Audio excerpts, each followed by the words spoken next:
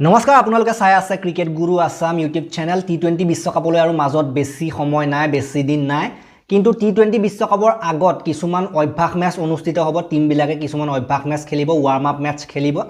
so ভাৰতৰ ফালৰ পৰা ভাৰতীয় যেটো টিম হেতু এখন অভ্যাস মেচ খেলিব 4 তাৰিখে তাৰ উপৰিও ভাৰতৰ এটা এ টিমও দিয়া হৈছে এবাৰ টি20 বিশ্বকাপৰ অভ্যাস মেচ খেলাৰ কাৰণে টি20 বিশ্বকাপত যেহেতুকে কিছুমান টিমে ভাৰতৰ এ টিম এটা বিচাৰিছিলে হেতু কাৰণে ভাৰতৰ এটা এক্সট্ৰা টিম সাধাৰণতে দিয়া হৈছে এ টিম কিন্তু এটো টিম অকল অভ্যাসৰ কাৰণে মেইন খেল খেলিবৰ কাৰণে নহয় গটিকে এই যেটো ইন্ডিয়া এ টিমটোত কাক সিলেক্ট কৰা হৈছে অভ্যাস মেচ খেলিবৰ কাৰণে সেই টিমটো আমি চাই লওঁ এই টিমটোত আছে আয়ুষ বাদনীক অধিনায়কত্ব প্ৰদান কৰা হৈছে ইন্ডিয়া এ টিমটোৰ কাৰণে নমন ধীৰ আছে আশুতোষ শৰ্মা প্ৰিয়াংশ আৰিয়া আছে এন জগদীশন নাৰায়ণ জগদীশন তেখেত উইকেট কিপাৰ তিলক বৰ্মা আছে তিলক বৰ্মাক ইয়াত কি কাৰণে দিয়া হৈছে কাৰণ আপোনালোকে জানে যে হেহতীয়া সময়ত এক্টিভ ক্ৰিকেট খেলি থকা নাই আঘাতৰ পৰা জাস্ট উভতি আহিছে গতিকে তেখেতৰ ফৰ্মটো অলপ ঠিক কৰিব লাগিব টি20 ৱৰ্ল্ড কাপৰ মেইন স্কোৱাডতো আছে এজন গতিকে এইজনক ইয়াতো টেষ্ট কৰা হৈছে ইয়াতো অলপ টাইম দিয়া হৈছে যাতে তেখেতে ইয়াৰ পৰা খেলি অলপ ভাল ফৰ্ম অলপ গেম টাইম লৈ যাব পাৰে তাৰ পাছত চাও ৰিয়ান পৰাগৰ নামটো ইয়াত অন্তৰ্ভুক্ত কৰা হৈছে ৰিয়ান পৰাগৰ কথাটো বহুত আলোচনা হৈ আছিল যে কেনেবাকে টি20 বিশ্বকাপত কাৰোবাৰ ৰিপ্লেসমেন্ট হিচাপে পাব পাৰিব নেকি কিন্তু এতিয়া কোনো বাহিৰ নহলে যেহেতু আঘাতপ্ৰাপ্ত হৈছিল যদি বাহিৰ নহলে সুস্থ হৈ উঠিলেহে ওয়াশিংটন হক কে তিলক বৰ্মা হক গতিকে হেতু কাৰণে ৰিয়ান পৰাগক মেইন টিমলৈতো নিনিলে কিন্তু ইন্ডিয়া এ স্কোৱাডত দিয়া হৈছে মানে 30 টাৰ ভিতৰত সিলেকশনত কিন্তু আছিল কিন্তু 11টা 15টা লৈকে যাব নোৱাৰিলে এটো বেলেগ কথা 30 টাৰ ভিতৰত ৰিয়ান পৰাগ আছিল হেতু কাৰণে ইন্ডিয়া এই টিমত ইয়াত আপোনালোকে নামটো দেখিবলৈ পাইছে তিলক বৰ্মা পাছতে ৰিয়ান পৰাগ তাৰ পাছত মানৱ সুথাৰৰ নামটো দেখিবলৈ পাইছে অশোক শৰ্মা ইয়াত আছে উৰ্ভিল পেটেল আন এজন উইকেট কিপাৰ তাৰ পাছত গুৰজপনীত সিংক আপোনালোকে দেখিবলৈ পাইছে গুৰজপনীত সিং ফাষ্ট বলাৰ ভালে ফাষ্ট বলাৰ হয় তেখেত আৰু মেইন কথাটো হ'ল যে তেখেত মানে হেহতীয়া সময়ত মাৰসা খাইছে কেতিয়াবা মাৰসা খাই যায় এটো বেলেগ কথা কিন্তু এজ এ ফাষ্ট বলাৰ কিন্তু হেহতীয়া সময়ত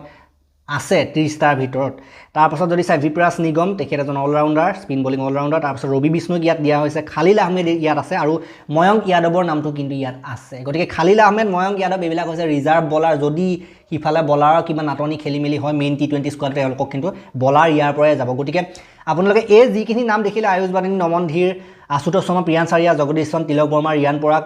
মানৱ সুথাৰ অশোক শৰ্মা উৰ্ভিল পেটেল গুৰজপনীত সিং বিপ্ৰাছ নিগম ৰবি বিষ্ণু খালিল আহমেদ আৰু ময়ংক যাদৱ গতিকে ইয়াৰ ভিতৰত তিলক বৰ্মা এটো এজনে একমাত্ৰ প্লেয়াৰ এটো স্কোৱাডত যে যি মেইন টি20 ৱৰ্ল্ড কাপটো খেলিব বাকি বিলাকে নেখেলে গতিকে এই যিমানখিনি নাম আপোনালোকে দেখিছে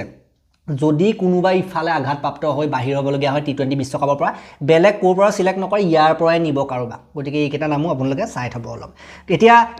এই যেটো ইন্ডিয়া এ টিম কাৰ লগত প্ৰেক্টিস মেচ খেলিব আৰু কেতিয়া প্ৰেক্টিস মেচ খেলিব গতিকে ইন্ডিয়া এ টিমটোৱে প্ৰেক্টিস মেচ খেলিব 2 ফেব্ৰুৱাৰী তাৰিখে ইন্ডিয়া এ ভাৰ্চেছ 5 বজাত হ'ব 2 ফেব্ৰুৱাৰীটো আজিয়ে হৈ গল হ'বই অলপ পাছত আৰু 6 ফেব্ৰুৱাৰী তাৰিখে এওঁলোকে নামিবিয়াৰ লগত নামিবিয়া মেইন টিমৰ লগত খেলিব কিন্তু গতিকে আজি ইউএসএ 2 ফেব্ৰুৱাৰীত ইউএসএ লগত 5 বজাত সন্ধিয়া আৰু 6 ফেব্ৰুৱাৰী তাৰিখে নামিবিয়াৰ লগত খেলিব 5 বজাতে সেইখন হ'ব আপোনাৰ বেংগলুৰুত আৰু এখন হ'ব আজিখন নবী মুম্বাইত হ'ব এইখন হৈছে ইন্ডিয়া এৰ প্ৰেক্টিস মেচ তাৰ পাছত আহিলে ইন্ডিয়াৰ মেইন টিমৰ এখনে প্ৰেক্টিস মেচ খেলিব ইন্ডিয়াৰ মেইন টিমটোৱে মেইন স্কোৱাডটো এটো স্কোৱাডে নহয় সেইখন 4 ফেব্ৰুৱাৰী তাৰিখে ইন্ডিয়ায়ে সাউথ আফ্ৰিকাৰ লগত নিশা 7 বজাত এখন প্ৰেক্টিস মেচ খেলিব ৱাৰ্ম আপ মেচ খেলিব ডিৱাই পাটিল ষ্টেডিয়াম নবী মুম্বাই সেইখন 4 ফেব্ৰুৱাৰী তাৰিখে আপোনালোকে চাব পাৰিব আৰু মোৰ মতে খেলসমূহ ষ্টাৰ স্পৰ্টছ আৰু হটষ্টাৰৰ মাধ্যমেৰে মোৰ মতে লাইভ সম্প্ৰচাৰ কৰিব লাগে আগতেও প্ৰেক্টিস মেচ বিলাক যেতিয়া হয় সেইবিলাক দিয়ে আৰু প্ৰেক্টিস মেচতো জিকা হৰা একোই নাই গুটেবিলাক প্লেয়াৰে প্ৰেক্টিসটো পাব লাগে তেনেকৈ খেলা হয় ইন্ডিয়া এৰ যিকিটা প্লেয়াৰ হেকিটা অলপ ভালকৈ খেলিব যে অলপ কিবা ভাল কৰি থলে পাছত কিবা এটা চান্স বনিবও পাৰেতো কাৰবাৰ কিবা হৈ গলে গতিকে ইন্ডিয়া এৰ প্লেয়াৰ কিটা কিন্তু প্ৰেক্টিস বুলি নেখেলে ভালকৈ খেলিব কিন্তু মাৰি ধাৰি খেলিব কিন্তু ইন্ডিয়া মেইন টিমটোৱে কিন্তু প্ৰেক্টিস হিচাপে খেলিব ইন্ডিয়া মেইন টিমটো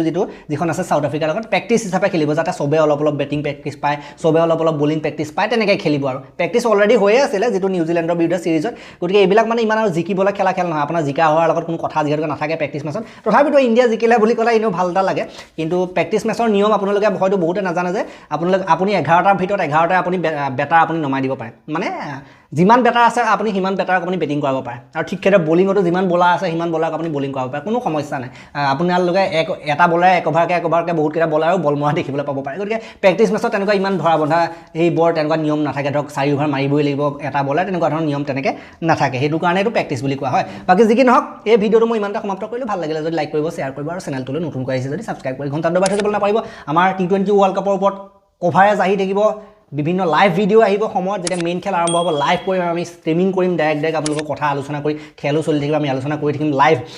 গতিকে সেইটো কৰিম বুলি ভাবিছোঁ গতিকে এই ভিডিঅ'টো মই ইমানটা সমাপ্ত কৰিলে ভাল লাগিলে যে লাইক কৰি দিব অলপ শ্বেয়াৰ কৰিব হাইপ দি দিব হাইপ ইম্পৰ্টেণ্ট এটা মানে 4 হাইপ দিব পাৰে চেনেল আগবাঢ়ি যোৱাৰ ক্ষেত্ৰত সুবিধাজনক হয় আৰু T20 ৱৰ্ল্ড কাপটোৰ সময়তে আপোনালোকে যিমান পাৰে সিমান শ্বেয়াৰ কৰি পেলাই অসমৰ যিমান ক্ৰিকেট সমৰ্থক আছে এই চেনেলটোত আমি